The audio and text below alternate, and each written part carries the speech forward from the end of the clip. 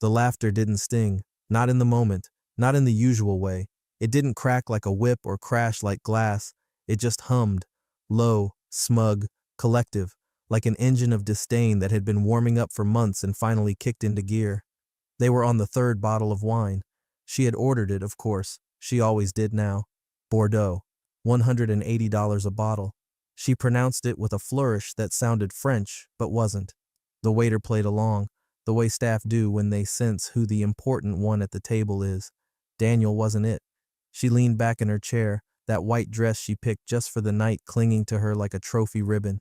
Her fingers danced over the dessert menu like she was auditioning for a diamond commercial. Then she looked up at him, just for a second, and let the line fly like she'd been rehearsing it. "Hope you brought cash, Dan. He can't even afford my dessert." It was the tone that made it surgical, light, flippant, just cruel enough to draw blood but casual enough to dodge blame. Her boss snorted. Calvin, the work husband she swore was harmless, actually clapped.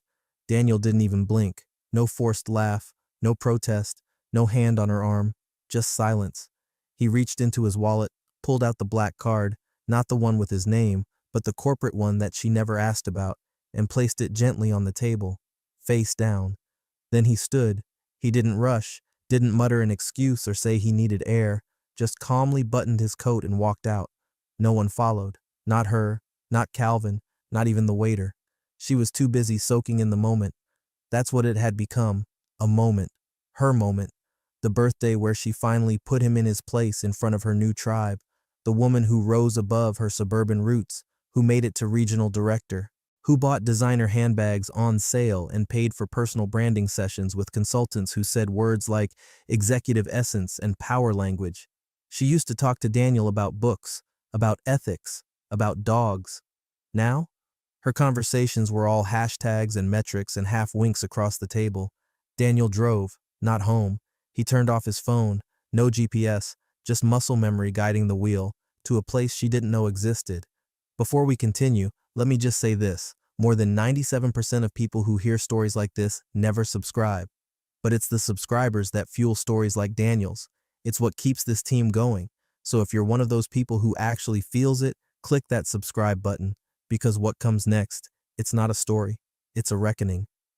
Daniel parked in a dim garage, passed through 2 keycard doors, and entered a private office with no signage.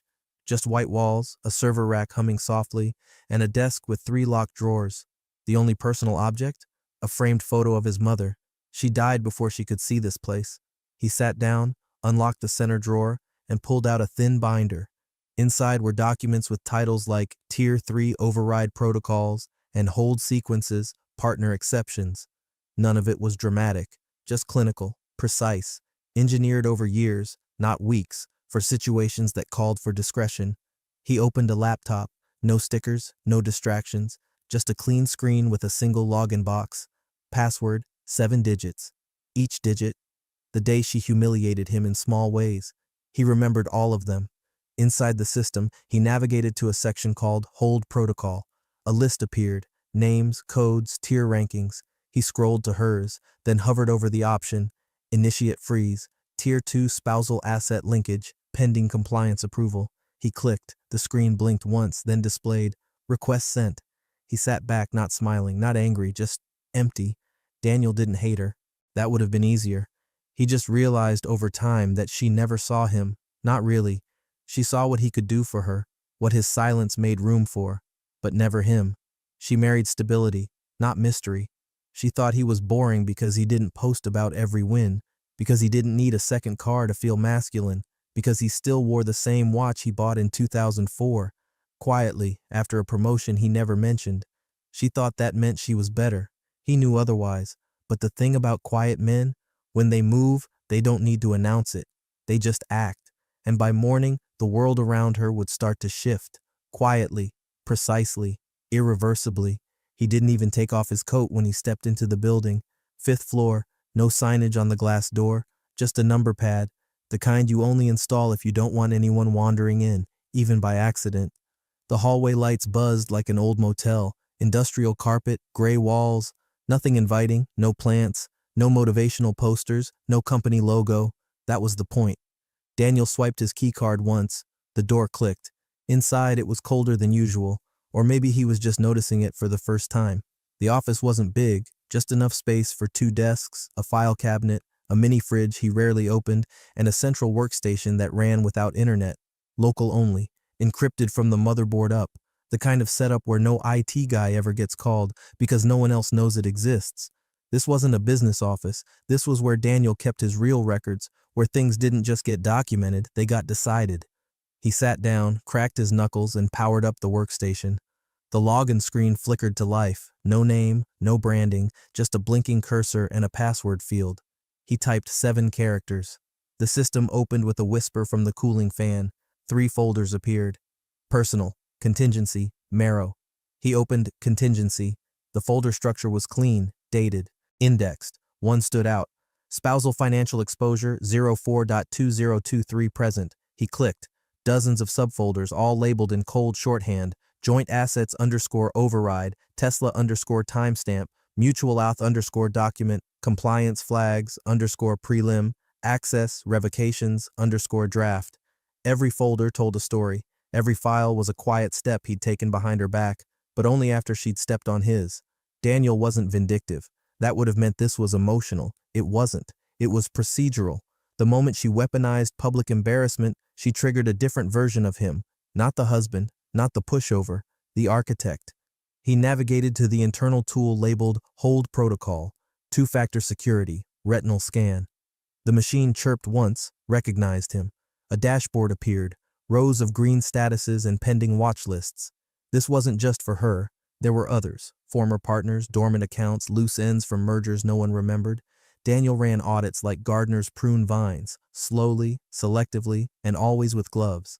He located her name, not just her personal accounts, but the linkages, co-signed leases, shared LLC interests, even the forgotten joint card they'd once used to finance a kitchen remodel that never happened. Calvin's name floated nearby in the metadata, sloppily entangled through a gym membership and 2 co-billed charity galas. She thought she was clever, independent, separate. She was none of those things. Daniel clicked Review Flags. 4 entries turned orange. Suspicious expense match, 2 corporate events, external party billing overlap, co-signer mismatch, social ties, unauthorized asset access, luxury vehicle. They weren't enough to indict her, but they were enough to freeze her. He selected the top checkbox. A single prompt appeared. Initiate freeze? He paused, not to consider, but to remember. Remember the conversation in April, the Tesla, the rushed signature, her brush off when he asked if she'd read the fine print. It's just paperwork, Dan. You're the one who loves that stuff, not me. Right. He pressed enter. The screen shifted. Request sent, compliance freeze, pending approval. Somewhere in a dimly lit corner of a server room, a red light blinked on. 2 departments received a silent ping. Her name joined a queue she didn't know existed. Daniel sat back. Outside the window, the street below blurred in headlights and mist. He didn't need to look at his phone. He knew it would start buzzing soon. Group messages, questions, maybe a snide joke or two, but in here, nothing moved. Time slowed down. He thought about their first date, Thai food. She made a mess of the noodles and didn't care. That used to charm him, her irreverence, her fire. He married it, thinking it would burn for him. Now, it scorched everything but her own ego. There was a time he would have gone home, apologized, even if she started it. Even if the jokes kept getting sharper, he would have swallowed it all for peace. But peace didn't live in that house anymore. It had moved here, into a server, into a contingency, into silence. Daniel walked to the fridge, pulled out a bottle of still water, unscrewed it. His phone buzzed. Once, twice, a third time. He ignored it. Instead, he walked to the far end of the office, opened a drawer, and pulled out a manila envelope. Inside, her LinkedIn printout, an org chart from her company, and a document with a single bold header, Disclosures Waived, Spousal Acknowledgement, signed, April 3rd. Underneath, in her handwriting, Just send the car already, love you. He folded the paper back in half. Systems were already moving, not with rage, not with revenge, just rhythm. Daniel didn't make noise. He made consequences. Back at the house, she was still glowing, not from love or gratitude or even the thrill of another year alive, but from performance. She'd owned that room tonight, at least that's how she saw it. Her champagne buzz was just right. The lighting at the restaurant made her skin look filtered, and her dress, hand-picked after a 3-hour stylist appointment, didn't wrinkle once. The joke about Daniel had landed perfectly. She replayed it aloud as she wiped off her makeup.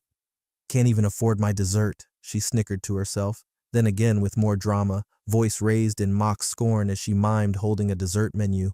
She took a boomerang video of the champagne glasses clinking, tagged her coworkers, added a glitter filter, and wrote, "Grateful for my work family. Y'all are my rock stars." The post got 61 likes in under 10 minutes. Calvin commented, "We gotta do this again, boss lady." She sent a selfie of her pouting face with the caption, "When your husband storms off mid-birthday LOL Classic Dan," into the girls' group chat.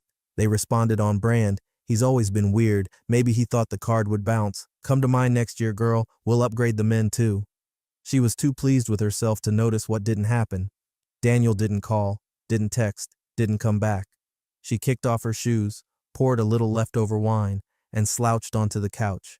Opened her laptop to clear out some emails before bed, work emails, the ones she pretended to be annoyed by but secretly loved because they made her feel important. There were 417 unread ones. She filtered by sender and started purging in bulk. Then she saw it, a flagged email, subject line, "Equity Transfer Agreement, final signature needed," dated April 3rd. It had one attachment, spousal clause trigger _final.pdf. She remembered signing it, kind of. It was the week they were trying to get her Tesla delivered before end of quarter so she could get the extra incentive. Daniel said he could make it happen. His friend handled registrations for a holding firm that sometimes expedited things if paperwork lined up. She'd rolled her eyes and said, "Fine, just send me whatever I need to sign. I'm not reading 20 pages of corporate speak. Just want the car before brunch with Laura." She clicked it open now, finally. The document loaded slowly. Page 1, company letterhead she didn't recognize. Page 2, legal definitions, standard stuff. Page 3, spousal consent for transfer of equity interests in Linton Consolidated Holdings, as defined in Appendix B. She blinked. Page 4.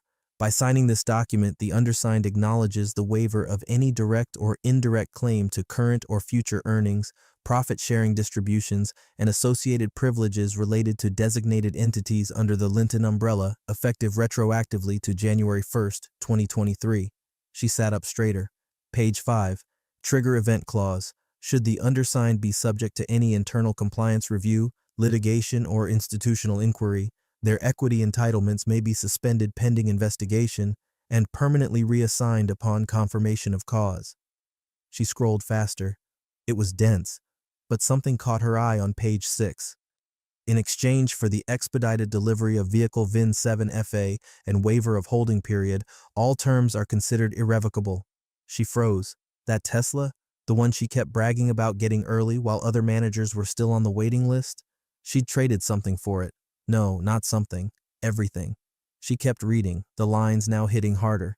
By electronic signature, the undersigned confirms understanding of all terms, including clauses 4B, 7A, and 11C. Clause 7A. She typed it into the search bar. There it was. 7A. In the event of financial misconduct, undisclosed affiliations, or reputational risk identified within associated entities, the spousal beneficiary shall forfeit all derived benefits, and such status shall be considered null retroactively. She slammed the laptop shut, looked around the room like someone might be watching. Calvin. He was in that gala photo. They shared a joint billing for 2 events she forgot were even filed. One had been a last-minute decision. She added his name so he could get into the VIP pre-reception. Didn't think it mattered. Daniel knew. Of course he did. The man read terms and conditions for fun. He could memorize tax code the way she memorized trending hashtags. He always let her play the loud one, the big personality, the face of the family. She thought it was because he lacked ambition. Now she understood. It was strategy. She opened her messages to text Daniel, but stopped. What could she say? "Hey, sorry I humiliated you in front of 12 people and the guy I low-key flirt with in Slack. Can we talk about this terrifying legal document I signed without reading?"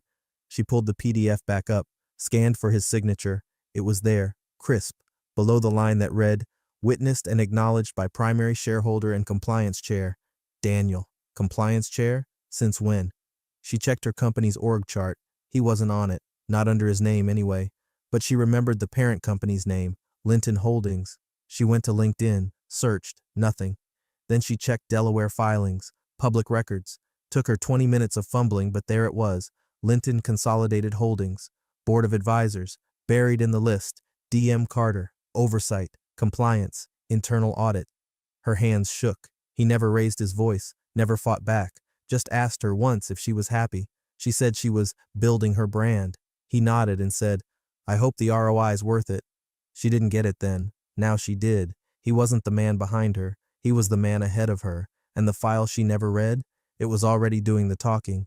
Daniel didn't pace when he made phone calls.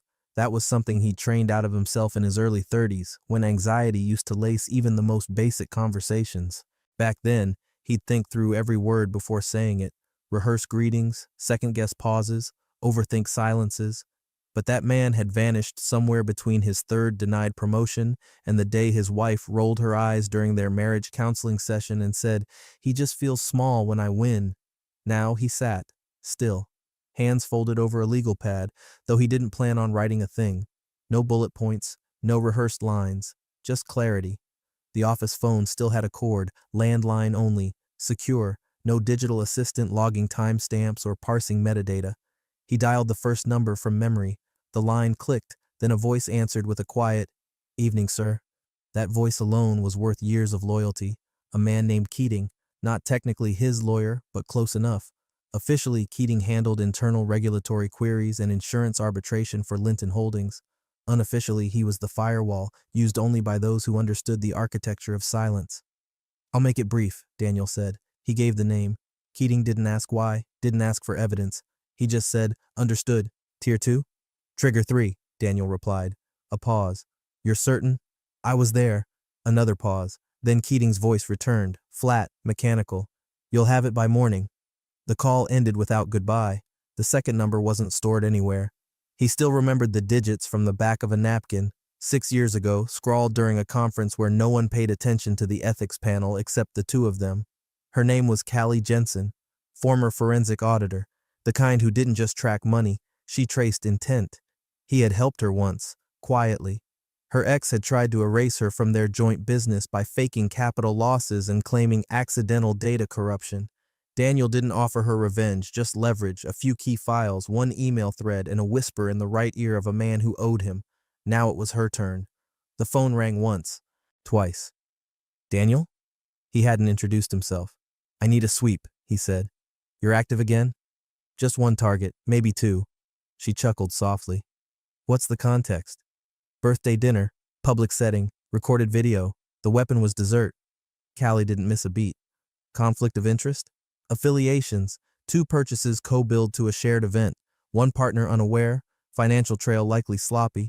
Their firm has a reputation clause. I helped write it. Which firm? Madison Brandt, New York office. A whistle. Oh, they're delicate. He didn't answer. I'll run traces on known associations. You want the files sandboxed or packaged? Packaged, time-stamped.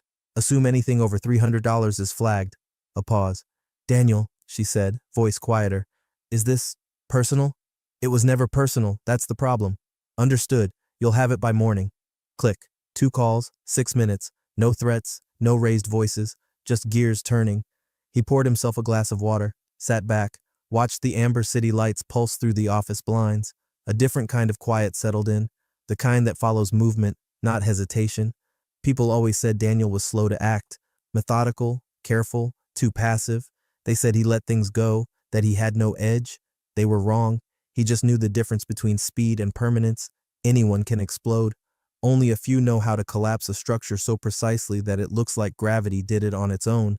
He opened the legal pad, not to write notes, but to reread something. A quote he'd scribbled down years ago from an old compliance training. Power isn't in preventing the fire, it's in knowing where the exits are and who gets locked inside. Daniel had kept that paper tucked away. Tonight, it felt appropriate. He folded it neatly, placed it in the drawer beside the envelope from earlier, and locked it.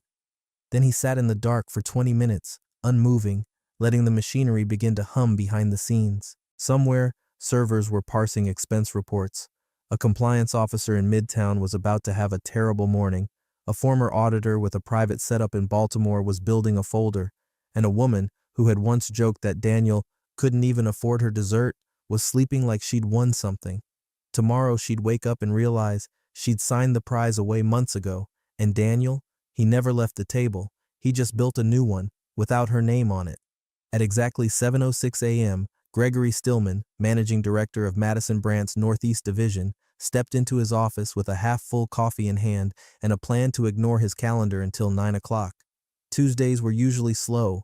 Catch up on emails, pretend to read market summaries, maybe shuffle some reports around until it looked like something important had happened. His biggest worry, until that moment, was whether or not the oat milk in the staff fridge had expired. That changed when his assistant, Lydia, met him at the door holding a printout, arms stiff, face pale. "Compliance flag," she said without a trace of her usual morning sarcasm.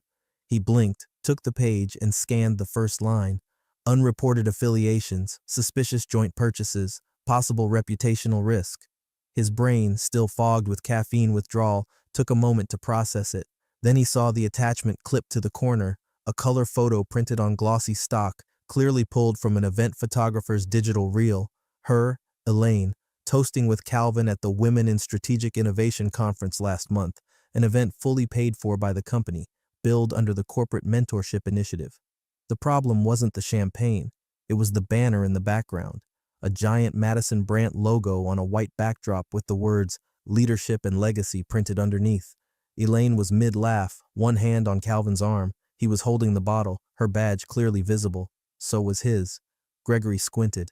Calvin wasn't an employee, never had been. He was, as far as the company was concerned, a +1, if that.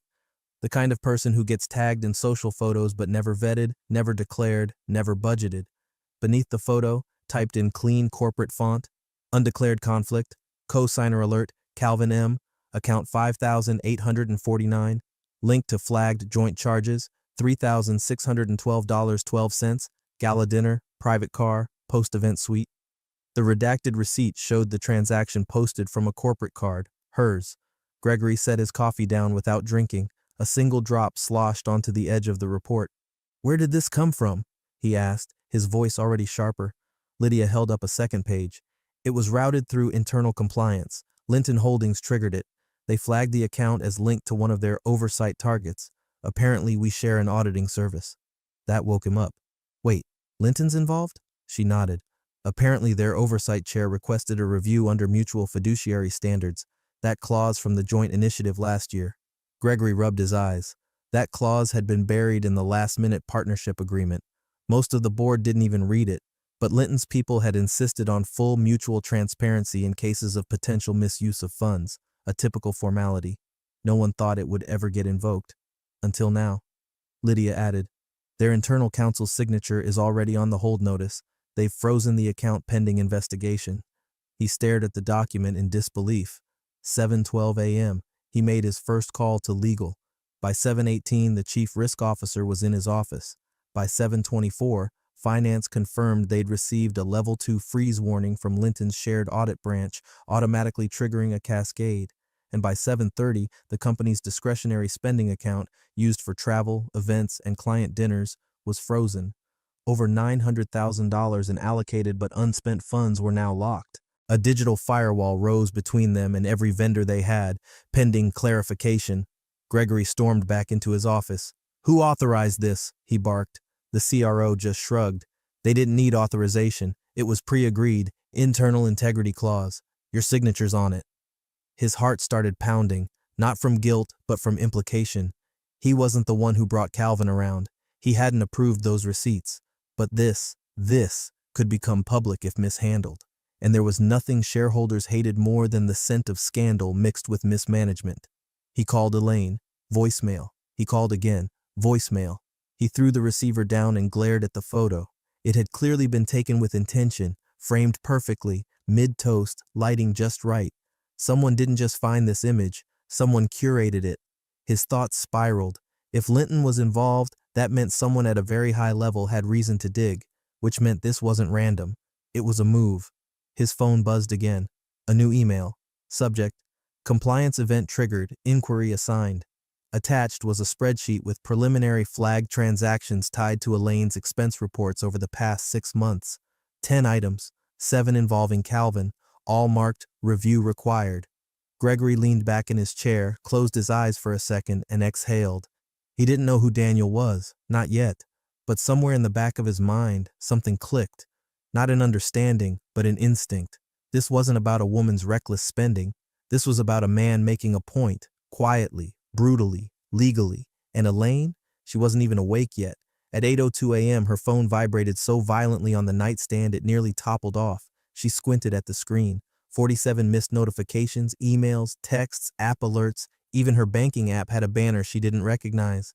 Account alert, do not attempt to access funds, contact support. She sat up too quickly. The wine headache hit instantly, tight, pulsing, punishing. She rubbed her temples, eyes blurry, still half asleep. Another banner popped up. Compliance review in progress, card services limited. She stared. No way. She swiped into her banking app. The screen hesitated, then froze. Your account is under internal review. Please call the number on the back of your card for assistance. She gasped, loud, audible. Her hand flew to her purse. She dug through receipts, lipsticks, a phone charger tangled with old gum wrappers, found her wallet, yanked out the card, tried it on Apple Pay, declined, tried it on Amazon, declined, tried her other card, declined. The panic didn't rise steadily. It hit all at once like someone pulled a pin from a grenade and tossed it directly into her bloodstream. She called the bank. Hold music. Due to unusually high call volume, she hung up, dialed Daniel, voicemail. Hi, you've reached Daniel, leave a message. She didn't leave one. Instead, she went straight to email. 14 new messages. The subject lines were like a firing squad. Flagged purchases, immediate attention required. Shared access, audit trail, suspicious activity detected. Section 14 violation, personal use of company funds. That last one had an attachment. She clicked it. Inside was a multi-page PDF with detailed highlights. The policy she'd probably skimmed past during onboarding, the one Daniel had once offered to review, just in case. She'd told him she had it under control. Page 3, Section 14. The use of corporate or reimbursable accounts for personal engagements, including travel, event hosting, or non-client entertainment, must be pre-approved in writing by a department head. Failure to comply may trigger automatic review by internal audit. Beneath it, violation triggered. Elaine M. Carter. Date range, February-May. Amount, $14,782.76. She couldn't breathe. She scrolled down. There were screenshots of purchases. Event suite at the Wrenwood, co-signed by Calvin M. Dinner for 6 at Tavel, tagged as client meeting, no clients listed. Spa services in both names at Rosehip Resort, itemized invoice attached. Her hands shook as she tried to open another message. Her phone buzzed again. Calvin. She answered instantly. Did you send something? His voice was tight, defensive. What? My card's not working. Neither is my Venmo. They just locked my main account, and my company said someone requested a statement on me, a full report. What? Why would I? You didn't do this? No, wait, what exactly did they say?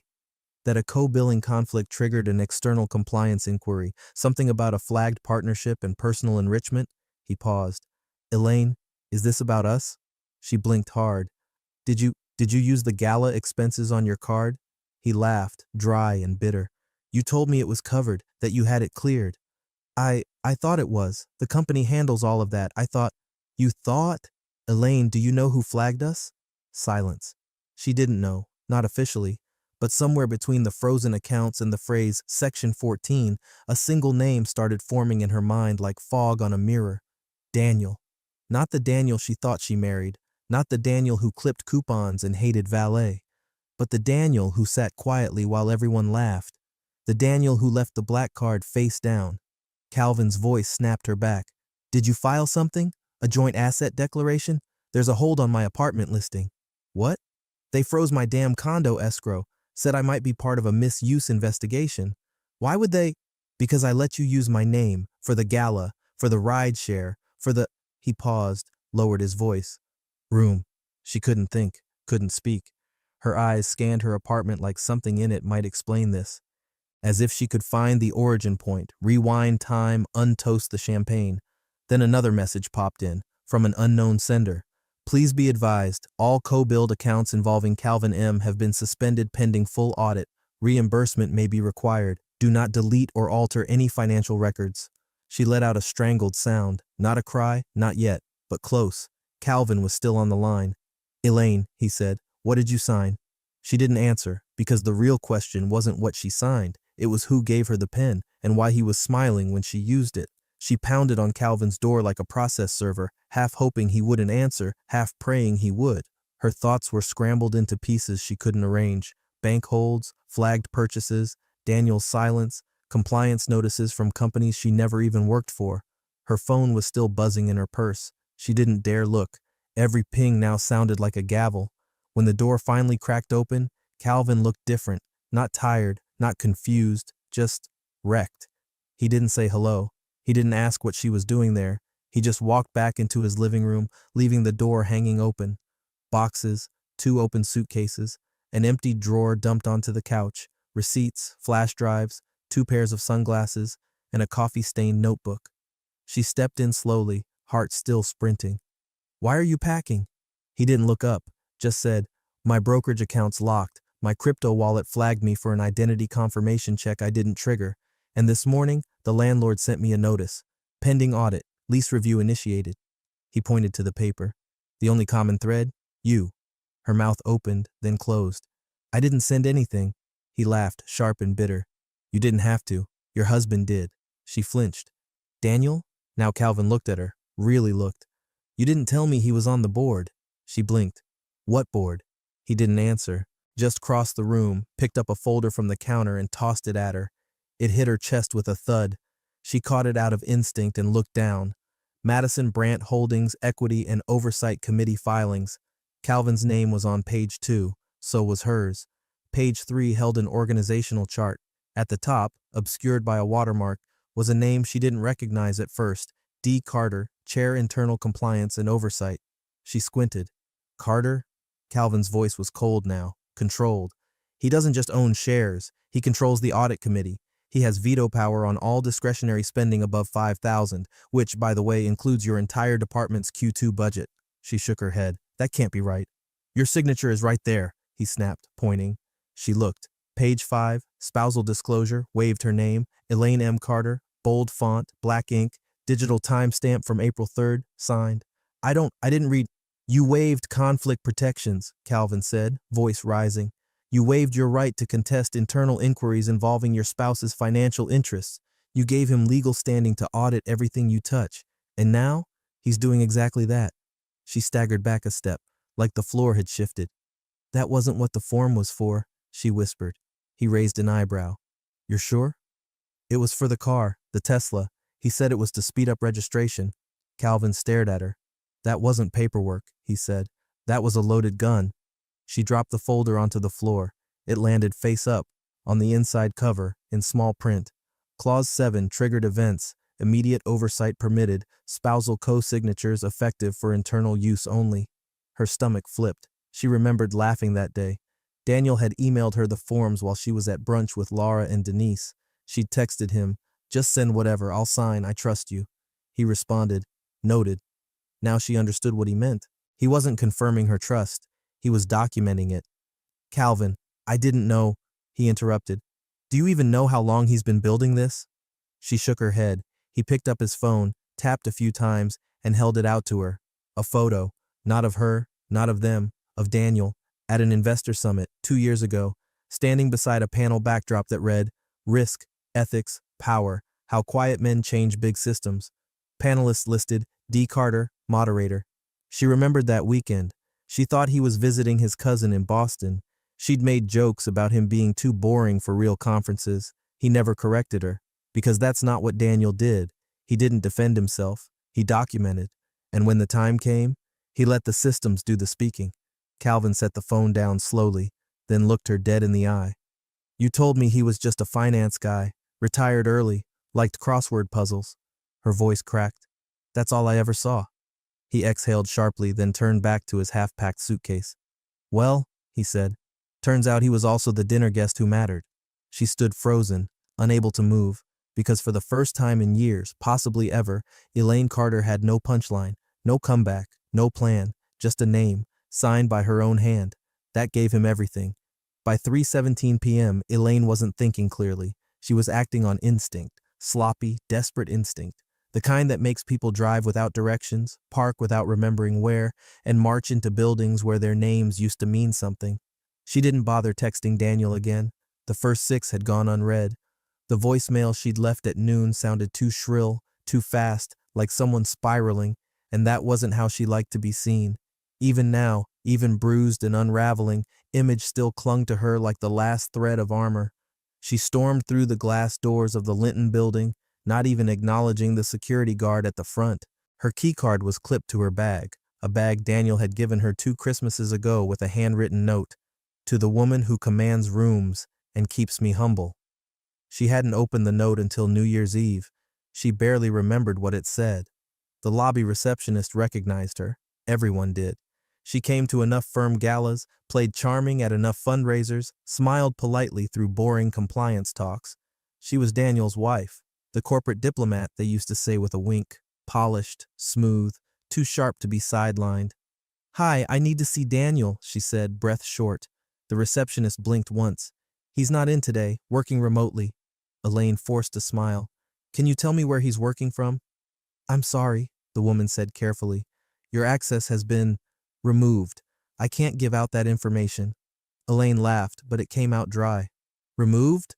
What, like my husband filed an access restriction?" The receptionist didn't flinch. "It came from the oversight office. This morning. Flagged request. Retroactive." She leaned in slightly, lowered her voice. "You might want to check with legal before re-entering restricted floors." Elaine straightened. "Restricted?" "Yes, ma'am. Starting 1 p.m., your badge was deactivated across all Linton-managed properties." There was no scene, no shouting, just a single moment, still and sharp, where everything she assumed about her standing here evaporated. She wasn't even a liability anymore. She was a stranger. She turned without a word and walked to the elevator, pressed the button, waited. Her reflection in the chrome doors looked older than it had this morning, softer, smaller. There was no war paint now, no lipstick, just a face trying to piece together who, exactly, she had been married to for 18 years. The elevator doors opened. She stepped inside, and that's when she saw it. The wall-mounted screen in the lobby, positioned near the exit where donors and dignitaries passed by, quietly looping through firm updates, major news, and key leadership appointments. She caught a glimpse of a name and froze. Daniel M. Carter, Executive Chair, Special Oversight Division. A new photo, not the one from his old profile, the stiff, reluctant headshot they'd used for years. This was recent, confident, taken at one of those black-tie panels she thought he only attended to make her look good. He was mid-sentence, talking to someone off camera, hands folded in front of him, slight smile, eyes calm. The caption underneath read, "Ethics doesn't raise its voice, it raises the floor everyone stands on." Linton wasn't just a side gig. He wasn't some consultant. He wasn't adjunct anything. He was the floor. She stepped closer to the screen, like maybe if she stared hard enough, she'd find some trace of the man who used to walk the dog with her in silence, who rubbed her shoulder while she complained about colleagues, who listened without reacting when she once joked, that maybe she'd married the financial aid package, not the legacy. He'd smiled then, said nothing. Now she understood why. He wasn't the man next to the power. He was the one underwriting it, and all those rooms she thought she brought him into, he built them. The elevator doors closed behind her. She didn't get in, just stood there, like a guest who arrived at a party she didn't know had been canceled, or maybe one she was never invited to begin with. She finally turned and walked toward the exit, shoes clicking too loudly on the marble floor. Every sound now felt like it wasn't hers to make. A security guard nodded politely as she passed. He didn't open the door for her, just watched, as if to say, "You don't work here anymore, if you ever did." She walked out into the gray afternoon light, not dismissed, not exiled, just irrelevant, because the truth wasn't that Daniel had changed. It was that he'd never truly let her in, and she'd only just realized she wasn't just out of his circle, she was never in it. By 6:42 p.m., Elaine sat alone in the corner of her living room, laptop balanced on her knees like a final judgment. The wine glass next to her was untouched. A line of condensation marked where her fingers had gripped it too tightly an hour earlier before realizing alcohol wouldn't help. Her phone lay face down. She couldn't take another notification, couldn't read another "per my last email" or "compliance request pending." But when the next one came, it didn't buzz, it didn't ring. It arrived like a death certificate, quiet, cold, and final. Subject, final notice, termination of access and benefits. No greeting, no sign-off, just the body. Effective immediately, all accounts, cards, vehicles, and services associated with shared credit agreements between Daniel M. Carter and Elaine M. Carter have been reassigned, deactivated, or flagged for independent review. This action has been executed in accordance with the waiver agreement electronically signed on April 3, 2019. Questions regarding this process may be directed to the Oversight Office through formal counsel. Attached, reference documentation for your records. She stared at it and stared.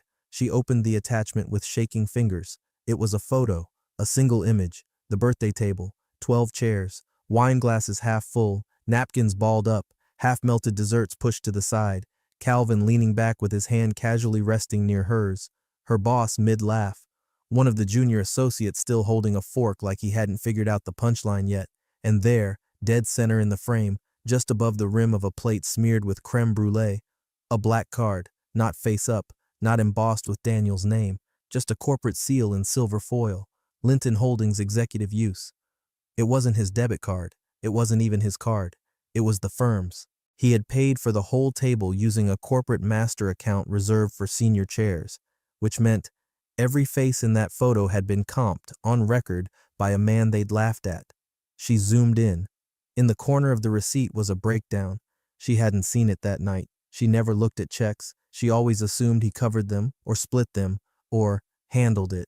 Subtotal, $1,486. Gratuity, 22% total, $1,813. Approval, level 3, executive clearance, override granted, override. It hit her like a gut punch. He hadn't just paid. He'd approved the expense, filed it, documented it, prepared it, which meant he knew exactly what was going to happen. He hadn't left the dinner in anger. He'd left once the final trigger was logged. She dropped the laptop onto the couch, unable to look at the screen a second longer. The room suddenly felt too large, the furniture wrong. This was the apartment she insisted they lease uptown so she'd be closer to opportunity. Daniel didn't argue. He never said a word when she wanted the corner unit, never blinked when she decorated it in minimalist tones she claimed were executive calming. She'd called it her recharge zone, a space that matched her new image. Now she sat in it like a squatter who hadn't noticed the locks had changed. She opened the drawer where she kept spare cards. Everyone had Daniel's name in the corner. Everyone now useless, a plastic graveyard of financial illusions. She checked her car keys. She opened her Lyft app. Disabled. Payment method declined. Even the MetroCard balance showed $0.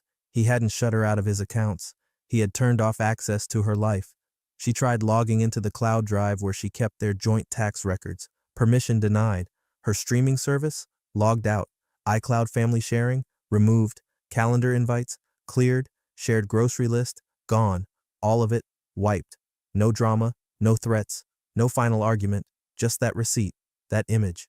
That moment frozen forever where she laughed at him and he quietly funded her last supper. And now, every file she didn't read, every clause she didn't question, every moment she thought he was just there, present but powerless, had transformed into steel bars of a cage she'd built herself. Her phone buzzed one last time. She flipped it. A message from her lawyer. Confirmed. You signed the waiver. You effectively removed yourself from any future claim to the corporate or marital estate. No appeal route without his consent, and one more thing, he pre-filed. Pre-filed, of course he did.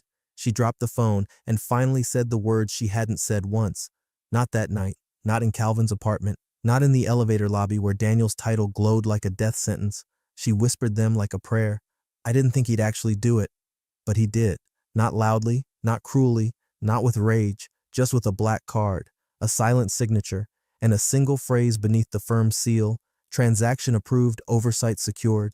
She had waited 2 days to cry, not out of strength, not pride, just inertia. Her world hadn't shattered. It had been unwritten, like someone had flipped a switch and erased her name from everything she ever touched. She still had her job, technically, but her email signature now rang hollow. No one replied to her following ups. No one invited her to the Monday sync. And when she called HR to ask about her Q3 bonuses, the line went quiet long enough for her to hear the white noise behind the hold music. She hadn't been fired, but she had been neutralized, the kind of slow freeze corporate lawyers prefer, less visible, more permanent. And Daniel, silent, no calls, no texts, not even the courtesy of an angry rant or legal threat. He hadn't asked for anything. He didn't fight. He simply disappeared behind legal language and disappearing privileges. So she did what desperate people do. She texted him. The first was defensive. You made your point. Let's be adults about this. The second, apologetic. I didn't mean what I said at dinner. It was a joke. Then came the third, fourth, fifth, spaced out across hours like trial balloons. Some remorseful, others accusatory, a few pretending like nothing had happened. She tried every tactic: guilt, pity, nostalgia, even seduction. The 12th message was a selfie, filtered, lips parted slightly. Oh, we used to have fun, smile pasted on like a memory from someone else's life. Nothing, not even a read receipt. The 14th simply said, please. She didn't expect a reply to the 15th. She sent it anyway. Can we talk, Daniel? Just once, just talk. The reply came 7 minutes later. A single notification from the number she'd memorized long before her first promotion, back when Daniel still sent good luck texts before her presentations and brought coffee to her office like a ritual. She opened it. At your birthday, you said I couldn't afford your dessert. She stared. No emojis, no sign-off, no warmth. Then 2 bubbles appeared again, typing. Then it stopped. A pause, long enough to hurt. Then came the follow-up. You're right. I don't cover liabilities. I eliminate them. No metaphor needed. She dropped the phone. It hit the kitchen tile and slid beneath the cabinet. She didn't move to retrieve it because a second notification vibrated in her email. Subject, trust update, final amendment. She lunged for her laptop, hands shaking as she typed in her credentials. A file opened, PDF, 1 page. Top corner, Linton Holdings. Header, notice of removal, non-beneficiary status clause. Invoked, Section 7, behavioral compromise. Effective immediately, Elaine M. Carter is hereby removed from all trusts, holdings, and associated instruments containing spousal disbursement clauses. Future disbursements, access rights, or privileges shall be considered void and non-negotiable. Clause 7 allows unilateral removal in the event of reputational damage, fiscal risk, or violation of signed internal agreements. The signature line was already stamped. Daniel M. Carter, Executive Chair, Special Oversight. Below it, the digital timestamp, dated 15 minutes before her text. He hadn't replied to her because he was waiting for the final piece, for her to make it official. And now, it was. She collapsed to the floor, knees slamming the tile, breath caught in the back of her throat like a knot too tight to swallow. The room blurred, not from tears, those came later. It blurred because she finally understood something too big to hold inside her. Daniel hadn't changed. He hadn't become some vengeful mastermind overnight. He'd simply stopped holding back. He'd been ready long before the birthday, long before the jokes, long before Calvin. He was never confused, never wounded, just quiet. Because that's what men like him do when they're writing a check with consequences instead of cash. He didn't shout in public. He didn't argue over wine. He waited for her to hand him the pen. And when she did, he signed the exit. Clean, complete, and irreversible. There were no more messages after that, because there didn't need to be.